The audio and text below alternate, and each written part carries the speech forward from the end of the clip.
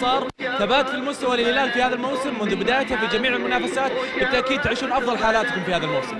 الحمد لله شكر الله. طبعا اليوم ربي وفقنا، حصلنا على البطوله رقم 50، بطوله مهمه في تاريخنا كلنا، في تاريخ النادي.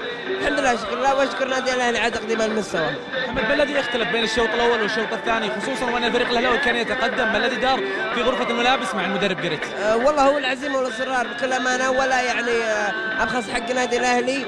يعني كان الشوط الاول يعني كنا قريبين من الباب، ما الله وفقنا. بين الشوطين عزمنا كل العزم ان نحصل على النتيجه ونعد النتيجه، والحمد لله ربي وفقنا. ما الذي يختلف في تكتيك جريتس حينما يبدا بنواف العابد، وفي المباراه اللي بعدها يلعب بمحمد شلوب، وايضا يكون التغيير بين اللاعبين في الشوط الثاني؟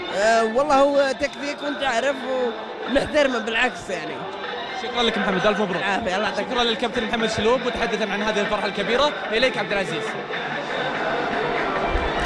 شكرا مساعد المحمود. ونشاهد الآن مظاهر احتفال الهلال بكأس ولي العهد السعودي بهذا التتويج الذي حصل عليه الهلال بعد فوزه على الأهلي بهدفين مقابل هدف واحد. ونشاهد أكبر الفرحين في هذا اللقاء الكابتن ياسر القحطاني الذي يأخذ هذا الكأس إلى غرفة الملابس.